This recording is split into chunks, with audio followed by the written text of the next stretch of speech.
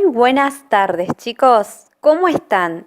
Bienvenidos. Mi nombre es Yanis y como se habrán dado cuenta en la anterior clase con la profe Mari, hemos empezado una nueva serie de estudios sobre los caminos que Jesús recorrió en la tierra. Hoy veremos el recorrido que hizo de Capernaum a Jerusalén para la Pascua. Así que acompáñenme en la lectura de la palabra en el libro de Juan, capítulo 2, versículo 13. Y nos dice: Jesús purifica el templo. Estaba cerca la Pascua de los judíos y subió Jesús a Jerusalén. En este primer versículo vemos la mención de detalles geográficos. Jesús comenzó su ministerio en Caná de Galilea. Fue a Capernaum y ahora estaba en Jerusalén. Recorrió aproximadamente 161 kilómetros, una distancia de 3 días de viaje. El Señor estaba dispuesto a cumplir con lo encomendado por su Padre, sin importar el tiempo que le llevaba el traslado de una ciudad a otra. ¿Cuántas veces te has enojado con tus padres porque debían viajar a algún lugar donde les llevaba más de 1 hora de viaje? O si la iglesia les quedaba lejos, ¿cuántas veces te has sentido fastidiado por viajar tantas horas? Bueno, nuestro Señor obedeció al Padre en todo. De la misma manera, nosotros también debemos obedecer y tener este mismo sentir que hubo en Cristo. Debemos estar predispuestos a recorrer y obedecer para poder llevar el mensaje y para poder escucharlo. Veamos que se menciona la Pascua de los judíos. Esta era una fiesta religiosa sin sentido y vacía. Un rito que debía ser cumplido en aquel tiempo. Si bien en Éxodo capítulo 12, versículo 27, se la denomina como la Pascua del Señor, en este contexto había perdido su valor, porque el que había de venir ya estaba entre ellos, que es Cristo Jesús, que fue sacrificado por todos nosotros. Él es nuestra Pascua. Nuestro Señor Jesús, pues subió a Jerusalén. A todos los varones se les requería ir a Jerusalén 3 veces al año para la Pascua, la fiesta de Pentecostés y la fiesta de los tabernáculos. La Pascua se celebraba en el mes de abril. Allí Jesús purificó el templo. Y veamos, chicos, cómo lo hizo en el capítulo 14. Y nos dice: y halló en el templo a los que vendían bueyes, ovejas y palomas, y a los cambistas allí sentados.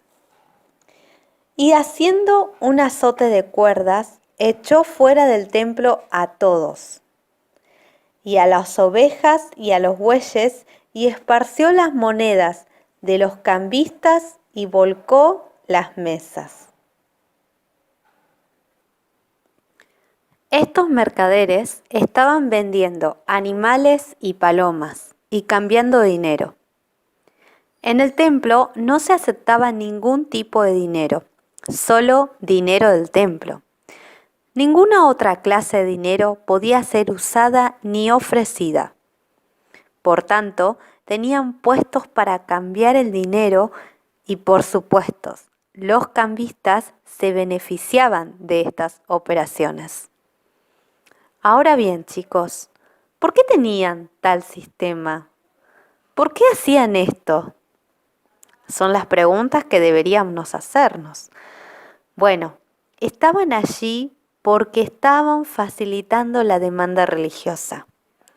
Era mucho más cómodo cambiar el dinero allí mismo en el templo. Los cambistas recibían las monedas romanas y las cambiaban por monedas judías que se podían usar en el templo. Estaban allí para la comodidad de los que venían a adorar a Dios. Cuando presentamos algo al Señor, por ejemplo, nuestra ofrenda, debe ser con un corazón sincero y agradecido. Nuestra ofrenda es parte de nuestro sacrificio, en tiempo, en trabajo, en servicio, etc. No podemos presentar algo al Señor que no nos haya causado ninguna incomodidad física. También se comenta que vendían animales. ¿Y saben para qué hacían esto? Existía mucho tráfico de animales para los sacrificios ofrecidos al Señor.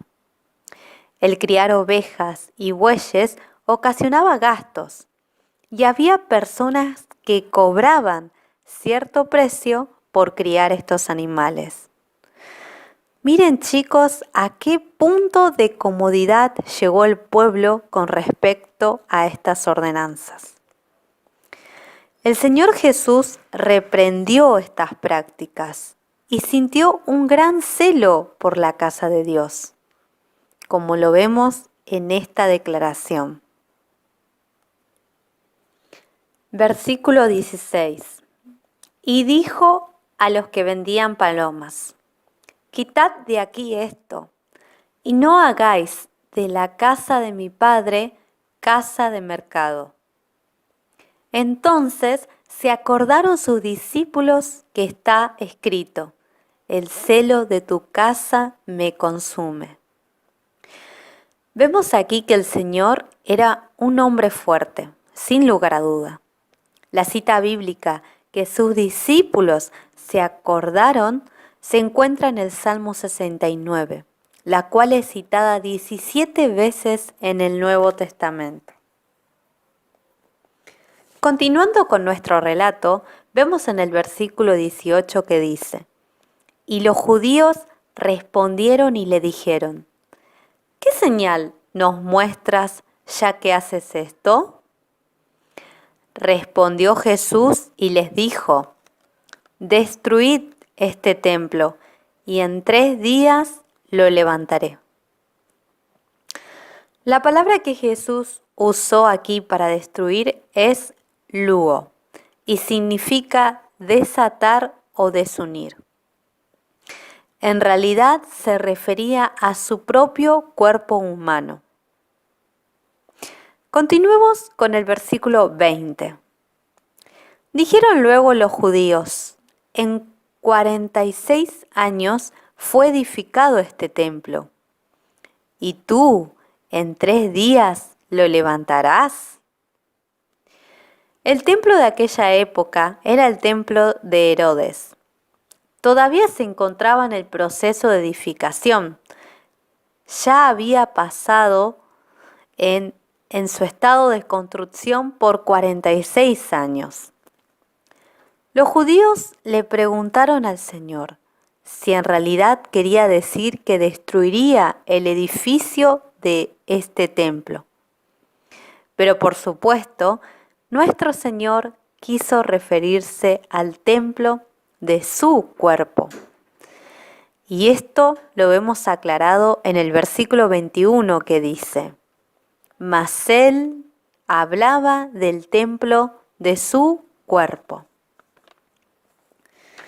Jesús dijo que si destruían el templo, él lo levantaría. Y la palabra que usó fue egeiro, que significa despertar, y se refiere a la resurrección, al despertar de la muerte. Vemos a Pablo mismo que utiliza esta palabra para referirse a la resurrección de Cristo y los creyentes. También es utilizada en la resurrección de Lázaro entre los muertos. Y fue esta misma palabra precisamente la que utilizó el Señor, la cual quiso decir cuando habló del templo, hablando de su cuerpo mismo.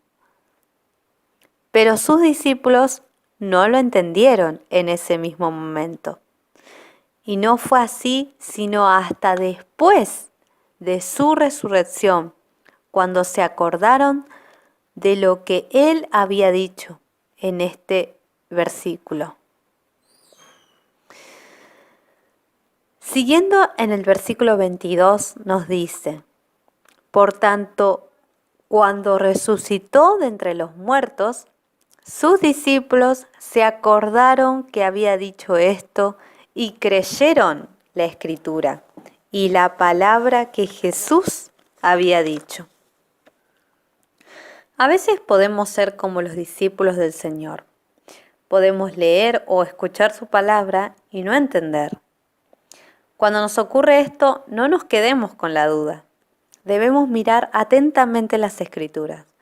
Así como cuando fijan su mirada a la aguja y el hilo para enhebrar, así debemos ser con la palabra. Busquen los significados de cada palabra. Pregunten a sus padres. No es pecado reconocer que no hemos entendido.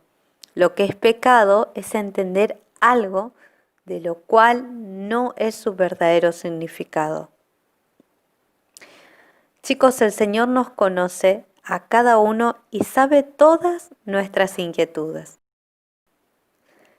En el versículo 23 nos dice: estando en Jerusalén en la fiesta de la Pascua, muchos creyeron en su nombre, viendo las señales que hacía.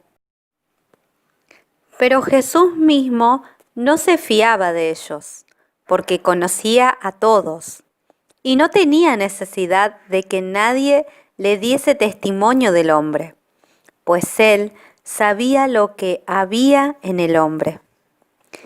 Jesús conocía a todos los hombres, su naturaleza, sus disposiciones. El cuyo ojos son como antorchas de verdad, puede mirar dentro de nuestros corazones. Él sabía quiénes eran sus enemigos astutos y conocía todos sus planes. Él conocía quiénes eran hipócritas y quiénes eran íntegros.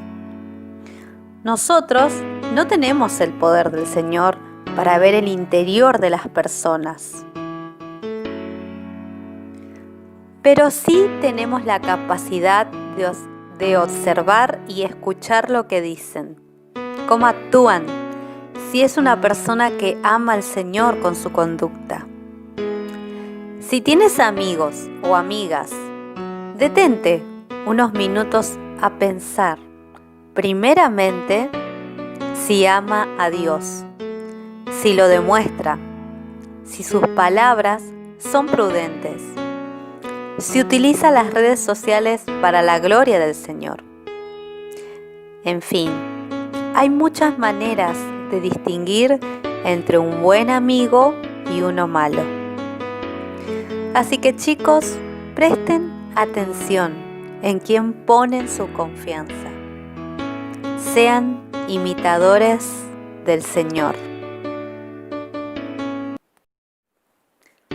Momento de la actividad.